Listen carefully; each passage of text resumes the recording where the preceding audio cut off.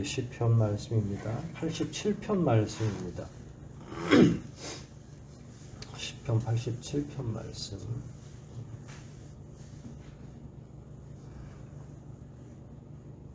7절밖에 되지 않습니다. 우리 함께 한 절씩 교독하고 마지막 절 7절은 합독합니다. 1절부터 87편 1절부터 제가 읽겠습니다. 여호와께서 거룩한 산에 자기 터를 세우셨으니 이스라엘의 그 어떤 것보다 그가 예루살렘 성을 사랑하시는구나. 하나님의 성이여 너를 가리켜 영광스럽다고 말한다. 내가 나를 나중에 이집트와 바빌로니아를 포함시킬 것이며 블레셋으로 에디오피아 사람들도 시온에서 났다 하리라. 이 사람 저 사람이 다 시온에서 났다고 말하니 가장 높으신 분이 예루살렘을 굳게 세우시리라. 여호와께서 여러 민족을 등록 후에 기록하실 때 그 수를 세시며 이 사람도 시온에서 났다 하시리라. 같이 읽습니다. 노래하고 춤추는 자들이 축복의 모든 근원은 시온에 있다 하리라. 아멘.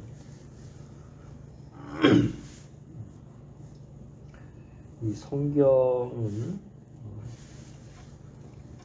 처음에 기록되고 또 읽혔을 때에도 이 성경이 뜻이 이해가 돼야 되고 시간이 지나도 동일하게 이해가 돼야죠. 만약에 옛날 이야기이기 때문에 오늘날에는 소용 없어지면 읽을 필요가 없겠죠. 그럼 오늘날에도 소용이 다 있고 정확하게 맞아 떨어지는 거예요. 그러니까 성경은 당시의 상황으로 충분히 이해가 돼야 되고 훗날에 읽을 때도 당연히 신자들에게 이해가 돼야 된다. 두 시대 어느 시대든 간에 다 이해가 될 수 있어야 된다.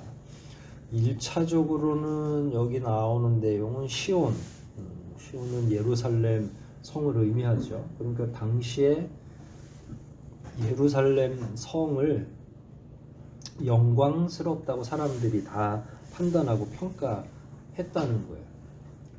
예루살렘 성은 어느 나라에 있죠? 이스라엘에 있죠. 그럼 오늘날에 그럼 한국 사람들은 예루살렘하고 무슨 상관이 있을까요?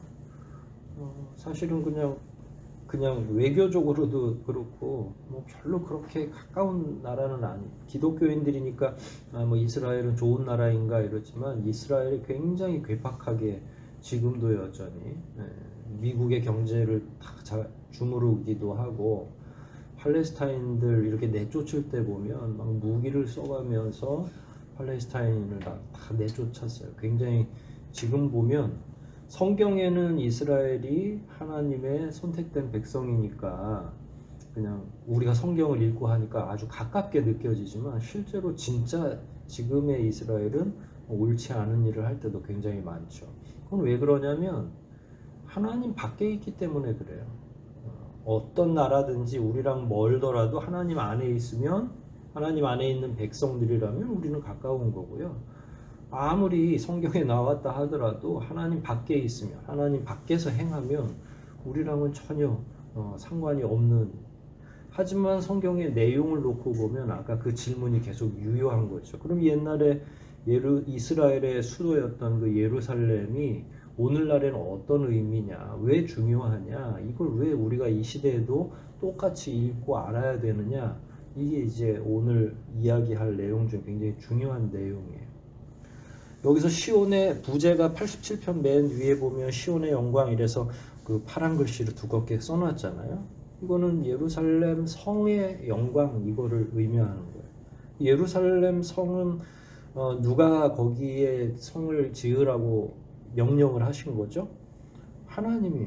시온은 그래서 하나님이 세우신 거예요. 그러니까 그런 의미에서 지금의 예루살렘 말고 당시에, 지금은 뭐 예루살렘이라고 해봐야 하나님이 함께하지 않으면 그냥 돌무더기일 뿐이잖아요. 그러니까 그 굉장히 영적으로 중요한 문제예요. 근데 87편을 아무튼 이 시대에도 읽잖아요. 그럼 아무튼 의미는 있어야 되는데 이 87편은 그런 면에서는 당시에 하나님의 은혜를 받은 하나님의 거룩한 도성이 되게 영광스러운. 그러니까 누구든지 다 그렇잖아요. 하나님이 아껴주시고 쓰다듬고 하면 그게 나라가 됐든 건물이 됐든 우리 가정이 됐든 하나님이 함께 하시는 데는 빛이 나고 영광이 드러나게 돼 있는 거죠. 그 당시에 예루살렘 곧 시온이라고 부르는 그 성전, 성 이렇게 다 아름다운 하나님의 성이었어요. 그걸 또 만드신 것도 역시 하나님이셨고요. 그 오늘날에는 그럼 이 시온은 어디를 의미하느냐? 시온은 어디를 의미할 것 같아요? 이게 하나님의 도성이라고 하면 지금은 하나님의 나라를 의미하는 거예요. 사실은 시온은. 그래서 이런 것 때문에 이제 오묘하게 해석하면 이단이 나오는 거고, 이게 시온에 관해서 잘못 해석하면 이단이 굉장히 많이 나오죠. 그 일종 시온의 장막이나 뭐 이런 내용들 이야기하면. 근데 아무튼 이 87편이 예전에는 진짜 시온인 예루살렘을 의미했다면 오늘날은 우리가 이제 앞으로 들어가야 될 훗날 영원한 하나님의 나라를 시온이라고 이해해도 크게 문제되지 않는다. 그리고 본문도 그렇게 해석할 때 하나씩 잘 맞아 떨어진다. 그래서 그 두 가지, 옛날의 시온과 오늘날의 우리가 고대하는 하나님의 나라, 요거를 오늘 같이 한번 한 구절씩 살피면서 이야기를 나눠보려고 해요. 1절 볼까요? 여호와께서 거룩한 산에 자기 터를 세우셨으니. 원래 여기는 거룩한 산은 아니었어요. 그냥 가나안 땅에 있는 언덕배기에. 근데 옛날에도 성을 쌓으려면 위에다 쌓아야 되잖아요. 그래야 밑에서 적들이 올라와도 그거를 공격을 차단하거나 하잖아요. 밑에 있으면 위에서 공격하고 위에서 이렇게 내려다보면 안 되니까 항상 성은 어디다가 쌓아요? 산 꼭대기에다가. 근데 여기 예루살렘 성의 자리는 원래는 그냥 가나안 땅이었고 그냥 볼모지 같은 그냥 그 블레셋 사람들도 살고 거기에 가나안 잡족들이 막 살던. 근데 거룩해졌다, 거룩한 산이 됐다라는 건 말씀드린 것처럼 하나님이 함께 하시면 거룩해지는 거예요. 하나님이 함께 하시면 쓰레기장 같은데도 영광이 드러날 수 있는 거예요. 그래서 저하고 여러분도 똑같아요.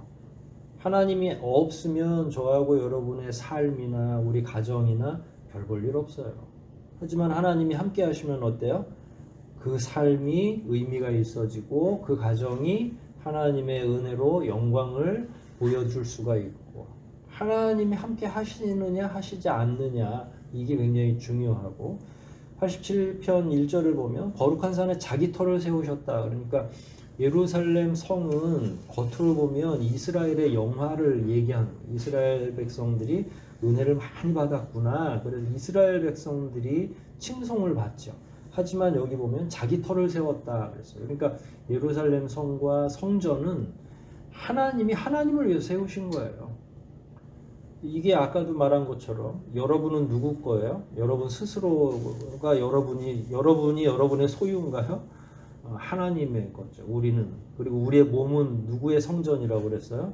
하나님의 성전이라고 그랬잖아요. 그 터를 누가 세우신 거예요? 그러면 하나님이. 여러분의 가정은 누가 세웠어요? 하나님이 세우신 거예요. 여러분의 기업은요? 하나님이 세우신 터예요.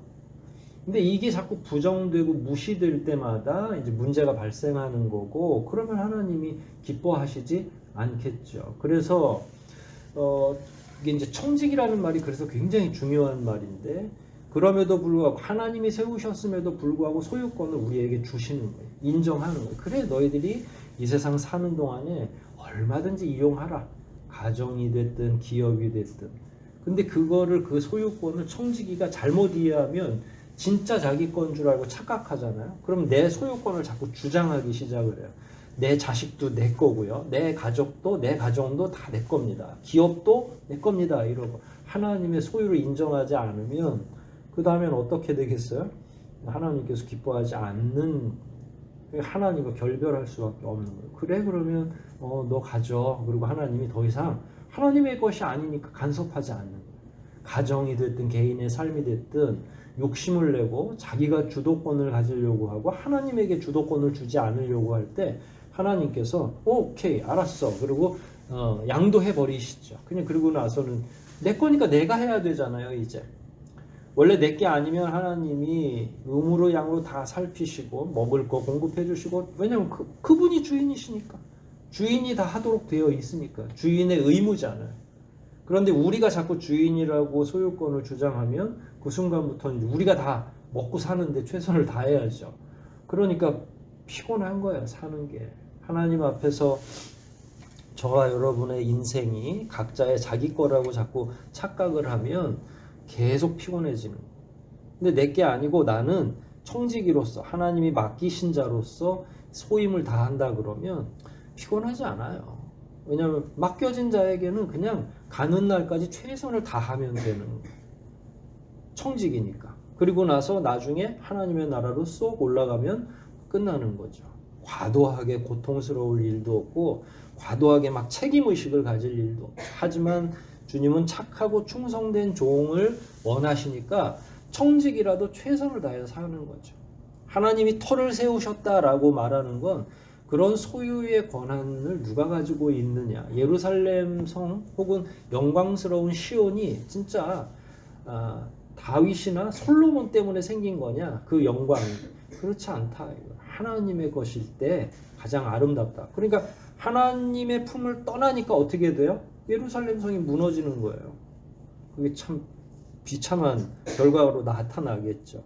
하지만 이 노래는 무너지기 전에 불러진 노래이기 때문에 지금은 영광만 있는 거죠. 2절 볼게요. 하나님이 터를 세우셨는데 2절에 이스라엘의 그 어떤 곳보다 그가 예루살렘 성을 사랑한다. 시온의 문들을 이라고 2번 보면, 그러니까 예루살렘 성을 사랑하시는데 이 각주를 보면 시온의 문들을 사랑한다고 하셨거든요. 그 문들이라고 하는 건 무슨 의미냐면 성이 굉장히 넓잖아요. 그럼 문이 여러 개가 달려 있을 거잖아요. 우리 서울만 해도 동서남북으로 이렇게 한 성을 중심으로 해서 동대문, 서대문, 남대문, 북대문 뭐 이렇게 동서남북 4개의 큰 문들이 있을 거잖아요. 예루살렘도 마찬가지예요. 근데 문을 사랑한다는 의미가 뭐냐면 예루살렘 성 한 군데 한 군데 한 군데 한 군데를 다 사랑하신다는 거예요. 하나님이 그렇게 지으셨다는 거예요. 그러니까 그 중에 빼어난 건 한 곳만 하나님이 좋아하시고 사랑하는 게 아니라 하나님이 모든 예루살렘 성 자체 어느 곳도 소홀함이 없이 만드셨고 거길 다 사랑한다. 하나님의 나라로 표현한다면 우리가 나중에 하나님 나라 가잖아요. 그러면은 덜 재미있는 곳이 없는, 덜 행복한 곳이 없어. 하나님 나라는 우편으로 가도 행복하고 즐겁고 좌편으로 가도. 근데 인생들이 사는 이 땅은 그래요, 안 그래요? 네, 어느 나라 가면 굉장히 가난하기도 하고 못 살기도 하고 치안도 안 좋고, 근데 어떤 나라는 굉장히 부유하고 잘 살기도 하고 풍요롭기도 하고. 그래서 호불호가 갈리는데 하나님의 나라 혹은 하나님이 지으신 곳은 그렇지 않다. 여기서 예루살렘 성을 혹은 그 시온의 문들을 사랑하신다는 건 그런 거예요. 다행히도 우리는 앞으로 시온으로 들어갈 거잖아요. 시온은 하나님이 세우셨고 하나님의 나라니까. 근데 그리로 들어가면 부족함이 한 군데도 없는 거죠. 어느 곳이든지 우리가 여기는 너무 싫어, 여기는 별로야 이렇게 할 만한 곳이 하나도 없이 모든 곳들이 다 아름답고 하나님이 정성을 기울이셨다. 그게 2절의 의미라는 거예요. 3절 볼까요? 하나님의 성이여 너를 가리켜 영광스럽다고 말한다. 이거야 당연하죠. 근데 아예 하나님의 성이여라고 말을 했잖아요. 그러니까 하나님이 함께 하시는 데다가 하나님께서 직접 터를 세우셨고 지으셨으니까 어떻게 안 아름답겠어요. 어떻게 영광이 없겠어요. 그러니까 그 모든 것들이 빛이 나고 아름답고. 그런데 이거는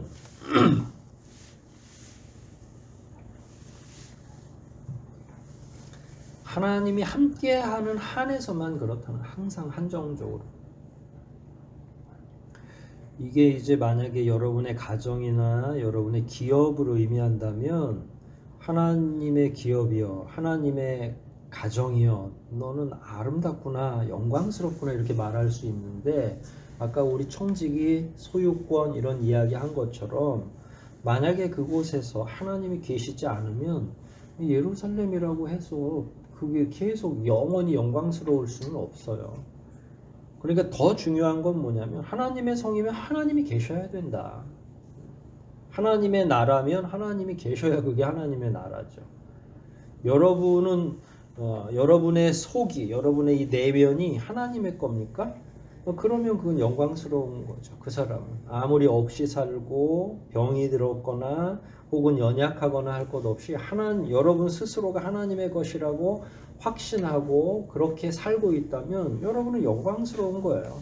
여러분 자체가 이미 하나님께서 그렇게 지으셨기 때문에, 하나님이 하신 일이기 때문에. 그러나 우리가 아무리 좋은 차를 타고 다니고 굉장히 넓은 집에 살아도 하나님이 안 계시면 그건 그냥 이렇게 뭐라 그래야 되나요? 광활하지만 너무 쓸쓸한 사막 같은 곳이 되는 거죠. 아무리 넓은 땅이라도 사막이면 뭘 하겠어요? 하나님이 안 계시고 건조한 그런 곳이 되는 거죠. 그러니까 하나님의 성이여 너를 가리켜 영광스럽다고 말한다. 다만 하나님이 계실 때만 그러하도다. 이런 의미로 이해하시면 되죠. 4절 한번 같이 읽어볼게요. 4절이요. 시작. 내가 나를 아는 자 중에 이집트와 바벨로니아를 포함시킬 것이며 블레셋, 두로, 에티오피아 사람들도 시온에서 났다 하리라. 아까 말씀드린 것처럼 이게 그 당시에도 이해가 돼야 되지만 나중에도 이해가 돼야 된다고 그랬잖아요. 그러니까 마지막 진짜 시온에 들어갈 때는 하나님께서 이스라엘만 부르세요? 아니면 다른 나라들도 부르세요? 다른 나라를 부르니까 우리가 구원을 얻은 거잖아요. 만약에 하나님이 끝까지 그냥 핏줄로서의 이스라엘만 부르신다면 우리는 여기에 포함 안 되겠죠. 하지만 여기 본문에도 예언된 것처럼 여기서 내가 나를 이렇게 할 때는 내가라고 하는 거, 나라고 하는 1인칭은 하나님이에요. 하나님이 나를 아는 자 중에 누구누구를 포함시킬 것이냐면 이집트, 바벨로니아, 또 블레셋, 두로, 에티오피아. 요게 이제 그 당시의 사람들의 세계관에 의하면 예루살렘을 중심으로 주변에 있는 나라들이 요 정도면 사람들이 다 이해한다는 거. 이러면 이제 천하만국처럼 이렇게 넓은 개념이 되는 거예요. 오늘날로 말하면 요것뿐만 아니라 미국 사람, 저 우간다 사람, 뭐 아시아의 저 가난한 나라들 다 포함됐다. 그 사람들도 시온에서 났다. 이렇게 얘기할 수 있다는 거예요. 이거는 하나님께서 창조하신 의미라는 거고요. 어느 민족이든지. 여러분 아담과 하와에서 다 나간 거잖아요. 성경의 족보로 이 사람들이 포함되지 않더라도 이 사람들도 전부 다 누가 창조한 거예요? 하나님께서. 그러니까 이게 처음에 창조할 때도 그렇지만 마지막에 정리될 때 하나님의 나라로 다 올라갈 때도 다 그게 처음처럼 정리가 되는 거예요. 그러면은 하나님으로부터 시작했으니까 다 이 사람들이 당시에 이 성경을 기록했을 당시에는 뿔뿔이 흩어져 있고 이방민족 취급받고 하지만 성경에 그럼에도 불구하고 하나님에서 났다, 시온에서 났다 이렇게 표현하는 거 보면 이미 구약 안에도 만국 통일 사상이 있는, 다 하나님의 백성이라고 하는 사상이. 그런데 이제 이스라엘 백성들은 꼭 자기만 잘났다고 이야기하는 거죠. 이스라엘 중심주의가 있는 거고 자민족 중심주의뿐만 아니라 선민의식에 너무 사로잡혀 있는 거예요. 하나님은 그렇게 생각하지 않았어요. 여기 본문에 표현된 대로 이집트든 바벨론이든, 이집트와 바벨론은 우리가 성경에서 지금 공부하고 있는 것처럼, 애가에서 공부하는 것처럼 이집트는 남쪽의 강대국이고 바벨로니아는 북쪽의 강대국이잖아요. 그러니까 제일 강대국들 뿐만 아니라 또 자잘한 더 주변에 있는 다른 나라들 할 것 없이, 그러니까 주변에 이스라엘 사람들에게는 큰 나라든 작은 나라든 다 원류가 어디에서 있다는 거예요? 하나님께, 시온에서 났다 이러는 거죠. 그럼 나중에 이 사람들은 어떻게 해야 돼요? 하나님이 다 구원하실 거다라는 거예요. 그 구원의 때가 되면 그야말로 모든 민족들이 다시 하나로 뭉쳐지는 거예요. 하나에서 아담과 하와라고 하는 한 핏줄에서 나간 것처럼 다시 이제 하나님의 나라로 가면 핏줄이나 이게 인종 혹은 살색 뭐 이런 걸로 구별할 필요가 없다는 거예요. 흑인이든 백인이든 황인종이든 할 것 없이 하나님 안에서 우리가 다 한 핏줄로 태어난 거로 이해하시면 되는 거죠. 그러니까 이 4절은 두 가지 의미가 있는데, 하나는 이방 민족에 대한 하나님의 구원, 또 하나는 마지막 때에는 이렇게 모든 것들이 가리지 않고 다 하나님의 은혜의 품 안으로 들어가게 된다. 이런 두 가지 의미가 같이 포함되어 있는 거죠. 그래서 과거에도 그런 의미가 포함된다면 지금도 당연히 해석될 수 있죠. 필요하면 여기 한국이라는 단어도 넣을 필요가 있죠. 한국도, 대한민국 백성도 다 어디에서 났어요? 하나님으로부터, 시온에서 났다, 이렇게 얘기할 수 있다는 거죠. 근데 이게 누구의 보증이냐면, 아까 얘기했죠, 내가 나를 이렇게 할 때는 1인칭 하나님이라고. 그러면 이게 하나님의 보증이란 말이에요. 하나님의 약속이란 말이에요. 인간들이 이렇게 하고 싶어서 생각한 게 아니라. 그러니까 하나님은 처음부터 이스라엘만 구원하려고 한 게 아니라. 근데 더 놀라운 건 지금 사실은 이스라엘의 예루살렘 성을 얘기하는 거거든요. 주제 자체가. 그러면은 이스라엘에서 가장 고귀한 곳이라고 할 수 있는데 거길 얘기하면서 이방인들을 지금 포함하고 있어요. 그러니까 이게 굉장히 획기적이고 혁신적인 생각인 거잖아요. 근데 유대인들은 이걸 부정하는 거죠. 그게 아니라 우리만 하나님이 선택하셨어. 우리 이스라엘 백성들만 하나님의 백성이야. 이렇게 생각하는 거죠. 분명히 이렇게 하나님이 모든 품을 다 열어놓으셨음에도 불구하고 유대인들은 자기중심적 해석을 하려고 하는 거죠. 5절입니다. 4절이 확장된 거예요. 같이 읽어볼까요? 5절 시작. 이 사람 저 사람이 다 시온에서 났다고 말하니 가장 높으신 분이 예루살렘을 굳게 세우시리라. 위에서 하나님이 보증하셨고 이제 사람들이 이 사람 저 사람 다 우리도 시온에서 났어 이렇게 이야기하는데, 가장 높으신 분이 하나님이시죠. 예루살렘을 굳게 세우시리라. 이게 예루살렘, 이거는 시온이라고 아까 말했잖아요. 시온을 굳게 세우는 일은 뭐냐면 그래야 사람들이 거길 보고서 글로 전부 하나씩 하나씩 모여들 거잖아요. 시온이 낮은 데 있거나 사람들이 모르는 데 있으면 안 되니까. 그래서 하나님의 나라도 마찬가지. 하나님의 나라라고 하는 기치가 높이 들리지 않으면 하나님의 나라가 어디 있어? 이게 모르는 거잖아요. 근데 그거를 높이 세우시는 거예요. 그곳을 높이신단 말이에요. 자꾸 사람들이 누구나 다 우러러 볼 수 있어야 되니까.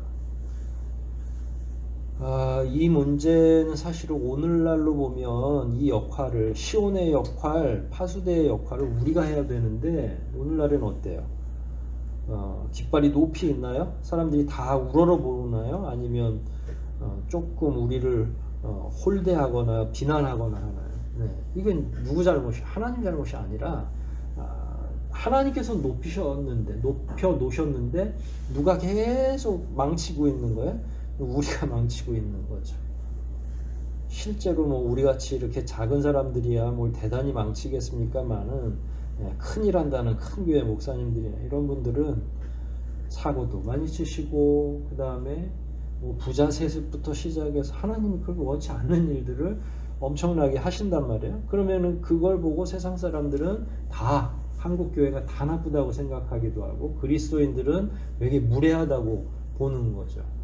실제로 우리처럼 그냥 양심적으로 사는 사람들은 그럴 만한 능력도 없고 뭔가 밖으로 보여지지도 않고, 하나님이 이런 상황을 기뻐하시겠느냐 하는 거예요. 하나님께서 과연 기뻐하시겠는가. 4절 5절 이렇게 해서 많은 사람들이 교회를 보고 깃발을 높이 이렇게 든 그 교회를 보고 와서 구원을 얻어야 되는데, 왜냐하면 그렇게 하려고 높이 세우신 거니까. 근데 구원을 얻는 것은커녕 이제 우리 때문에 믿음을 잃어야 될 지경에 사람들이 놓여 있으니까 얼마나 하나님이 많이 화가 나시거나 분노하시겠어요. 그래서 교회가 회개하는 게 중요합니다. 참 안타깝죠. 잘못은 몇몇 이상한 교회들이 다 해놓고 이런 일로 인해서 회개하는 건 한국의 또 80% 90%의 대부분의 교회들이 회개해야 되고, 제가 봐서는 5, 6%까지는 그냥 선하게 사는 것 같아요. 몇몇 교회들이, 근데 그 교회들이 좀 크고 그러니까. 그래서 높이 세우신 분의 목적을 제대로 이해하지 못하면 거기서 온갖 나쁜 일들이 다 벌어지고 결국은 영광을 드러내는 게 아니라 영광을 해치는 거죠. 빛이 되어야 되는데 빛을 가리는 역할. 하나님의 빛을 가리고 십자가의 도를 가리는 거죠. 그래서 하나님 영광 가리지 마십시오 이렇게 표현하잖아요, 우리가. 그게 그런 의미죠. 하나님은 어떻게든 그 시온이 밝게 빛나서 많은 사람들이 나도 시온에서 났소이다 하고 통행증처럼 생각하고 이렇게 다 오도록 하셨는데 이제는 그러지 못하는 거예요. 이게 마지막 때가 가까워지는데 이러면 어떻게 되겠어요? 사람들은 누굴 보고 구원을 얻어요? 이렇게 되면 구원 얻을 길이 자꾸 사라지는 거죠. 저하고 여러분이 정신을 똑바로 차려야 되는 이유가 여기에 있는 거예요. 자칫하면 우리 때문에 하나님의 영광도 가려지는 결과가 오겠으니까 말입니다. 6절도 볼게요. 6절도 같이 읽을게요. 6절 시작. 여호와께서 여러 민족을 등록부에 기록하실 때에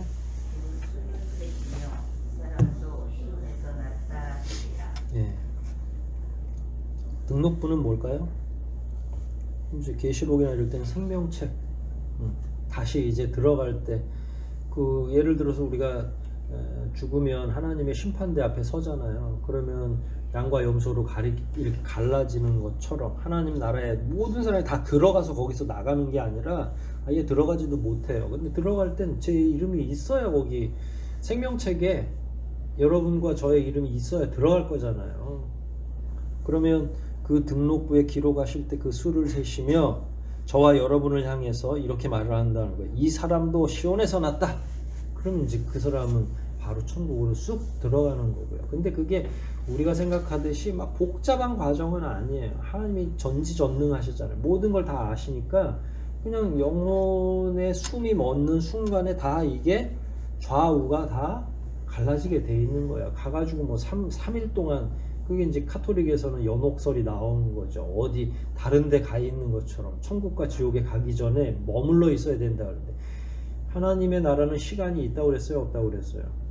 시간이 없잖아요. 그럼 거기서 뭐 이제 따로 머물 필요가 없잖아요. 만약에 머물러야 된다면 천국에 가야 되는 게 뭐 지체하고 거기 대기소에서 기다려야 된다는 건 시간이 존재한다는 거잖아요. 그 의미 자체는. 근데 하나님 나라는 시간 자체가 영원으로 들어가는 거니까 그게 밤낮 뭐 잠을 자야 되는 것도 없고 배고프거나 뭐 먹어야 되는 것도 없고 이런 물리적인 공간이 아니니까 즉시 그렇게 다 되는데 그러나 이해를 돕기 위해서는 이렇게 생명책도 있다라고 말해 주는 거예요.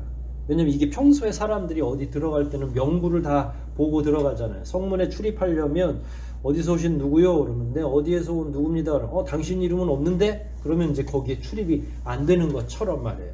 그래야 사람들이 말씀을 이해하니까 여기다 등록부, 생명책 이런 방식으로 번역을 해 놓은 거죠. 근데 그때 아무튼 하나님께서는 보증을 하시는 거니까 우리가 딱 들어왔을 때 이 사람도 시온에서 났다. 내지는 이 사람은 구원에 예수 그리스도의 보혈로 말미암아 구원 얻었다. 이런 판단을 평가를 명확하게 하신다는 거예요. 그러면 이제 그때 비로소 우리가 살아나는 거죠. 6절은 그 당시에도 아까 말씀드린 것처럼 성을 통과하기 위해서는 그 사람의 명부가 그곳에 있어야만 되는 거잖아요. 다른 지역에서 오는 사람을 그냥 아무나 쑥쑥 성문 안으로 들여놓으면 적인지 아군인지 모르잖아요. 우리나라도 옛날부터 호패도 찼었고 그러니까 자기 신분증, 주민등록증 같은 호패 같은 걸 차서 자기를 증명해야만 그 안에 들어가는 거예요. 성 안에. 아주 사소한 것처럼 보이지만 그게 그 성 안에 사는 사람의 증명인 거죠. 저하고 여러분은 어떤 증명서가 있어요? 예수 그리스도의 보혈의 증명서가 있는 거죠. 마치 출애굽할 때 이스라엘 백성들이 사는 집 문설주 위에다가 어린 양의 피를 바른 것처럼 그럼 거기는 다 죽음이 옆으로 비켜가고 다 구원을 얻은 것처럼 마지막 때에도 우리가 하나님 나라 들어갈 때 예수 그리스도의 보혈로 말미암아 쓱 들어가게 된다는 거예요. 그게 우리의 출입증이 되는 거고 신분증이 되는 거고 등록부에 기록되어 있는 게 되는 거죠. 그러니까 예나 지금이나 이건 똑같아요. 미래도 마찬가지입니다. 예수 그리스도 보혈 공로 없이는 구원받을 수 없고 하나님 나라로 들어갈 수도 통과가 되지 않는다. 마지막 절입니다. 7절 같이 읽습니다. 시작. 노래하고 춤추는 자들이 축복의 모든 근원은 시온에 있다 하리라. 노래하고 춤추는 자들은 누구죠? 먼저 간 사람들이죠. 그러니까 하나님 나라에 먼저 갔거나 아니면 성에 들어와 있고 그러면 이제 빵빠레를 막 울려주는 거예요. 근데 이게 나중에는 이게 이제 우리가 하나님 나라 갈 때는 이게 누구의 역할이냐면 그룹들의 역할, 천사들의 역할이에요. 그럼 우리가 들어가거나 하면 하나님 옆에서 날개 6을 가지고 둘은 발을 가리고 둘은 얼굴을 가리고 두 날개는 또 날개짓을 하면서 이렇게 떠 있잖아요. 그러면 그러면서 천사들이 뭘 이야기해요? 거룩하다, 거룩하다, 거룩하다. 이게 이제 계시록에도 나오는 거예요. 하나님 옆에서 그 노래를 부르는데 그 노래와 아주 흡사한 거예요. 7절은 축복의 모든 근원은 시온에 있다 이렇게 외치고 노래하고. 그러면 이제 이 이야기를 오늘날로 보면 이제 미래적으로 본다면 구원을 얻으려면 구원을 받은 자들은 시온으로 가야 되고 구원을 얻으려면 예수 그리스도의 보혈밖에는 없다. 이런 선포 정도가 되겠죠. 이 마지막 구절은 결국은 이 전체 시편 내용은 우리의 구원과 관련이 되어 있는 거고요. 예루살렘과 시온이라는 말도 하나님의 백성이라는 사실을 명백하게, 그러니까 하나님의 백성만이 그곳에 들어갈 수 있는 거니까 굉장히 중요한 일종의 뭐라고 해야 되나요? 그 사람이 정말로 하나님의 백성인지 아닌지를 알 수 있는 증표 같은 거, 그거를 시온이라고 하는 것으로 표현한 거예요. 저하고 여러분도 이 시대를 살아가는 모든 그리스도인들도 하나님이 세운 영원한 하나님 나라에 우리가 백성인지 아닌지가 굉장히 중요하죠. 그럼 하나님께서는 기본적으로는 보편적으로 저와 여러분을 다 자녀 삼으시고 구원해 주시려고 하지만 아까 청지기 이야기한 것처럼 본인이 만약에 끊임없이 계속 하나님을 거역하거나 하나님과 등한히 하려고 한다 그러면 그 사람, 그 가정, 그 기업은 하나님이 더 이상 자비와 긍휼을 베풀지 아니하시죠. 그렇게 되면 이제 남남이 되는 거예요. 결국은 저하고 여러분은 하나님만을 붙잡아야 되고 하나님께 붙어 있어야 되는 거죠. 하나님이 아니면 우리는 죽음을 맞는 거나 마찬가지고 예수 그리스도 보혈 없이는 절대로 구원을 얻을 수 없으니까 삼위일체 하나님에 대한 신뢰가 명백해야 된다. 그러면 우리가 시온의 백성이 될 수 있다. 시온 안으로 들어갈 수 있다 하는 그런 이해를 가질 필요가 있죠. 하나님께서 시온의 영광, 성전의 이 아름다움을 노래하는 한편 동시에 영원한 나라에 대한 동경, 거기가 아름다우니까 가는 거예요. 만약에 하나님 나라가 별 볼 일 없으면 우리가 거기를 왜 동경하고 가기를 원하겠어요? 거기가 아름답고 완전하니까. 당시에 시온이 그랬다는 거예요. 예루살렘 사람들이 평생 한번 예루살렘 구경 한번 해보면 좋겠다. 이게 이제 순례의 개념인데 이제 그런 개념으로 시온을 생각했다면 오늘날은 이제 동일한 의미로 영적으로 본다면 하나님 나라에 대한 동경을 하면서 그리스도인들 살아가는 거죠. 저하고 여러분이 이 세상 살아가는 동안에 피곤하고 지쳐있고 괴롭고 매 순간 사는 게 너무 힘들지만 그럼에도 불구하고 이 힘든 가운데 영원한 시간이 계속되지 않을 거다. 하나님께서는 우리에게 청지기로서의 삶을 준 거지 우리를 노예처럼 부리시거나 아니면 네 거니까 네 맘대로 해라 그러고 너무 힘든데 무관심하시는 하나님이 아니라 하나님의 것이기 때문에 우리로 하여금 아름답게 하실 거고 영화롭게 하실 것이고 마지막 때에는 반드시 하나님의 나라에 우리가 안착하게 될 것이다. 이런 내용들을 여러분들이 기억하시면서 힘들고 고통스러운 현실을 하나님의 영광을 그리워하고 기대하는 마음으로 잘 견뎌내시고 날마다 하나님의 영광만 바라보며 걸어가시기를 주의 이름으로 축복합니다. 우리 말씀들 생각하면서 한번 기도하겠습니다. 오늘 성경 말씀을 한 구절 한 구절 읽으시면서 다시 한번 묵상하시면서 시온을 하나님이 지으신 목적은 무엇인가? 누구를 부르시려고 하신 것인가? 그렇다면 나는 거기에 적합한 자인가? 예수 그리스도의 보혈 공로로 온전히 구원을 얻었다면 우리 삶 안에 우리의 주인은 또 누구신가? 이런 내용들을 다시 한번 묵상하시면서 우리 하나님께 간구하십시다. 하나님, 나를 하나님의 자녀로 기왕 삼으셨으니 늘 채워주시고 그의 나라 올라갈 때까지 이 땅 살아가는 동안에 청지기로서 더 최선을 다하게 하시고 어려움이 있을 때마다 위로해 주시기를 우리 한 목소리로 한번 기도하시겠습니다.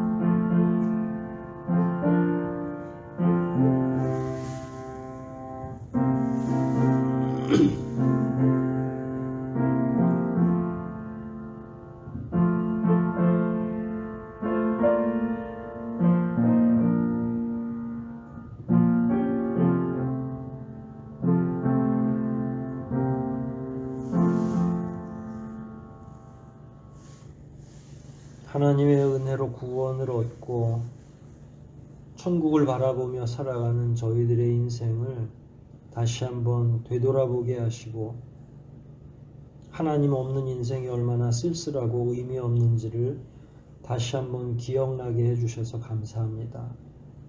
우리 개인은 물론이고 우리 가정과 우리가 운영하는 기업도 하나님께서 돌보시기를 원합니다.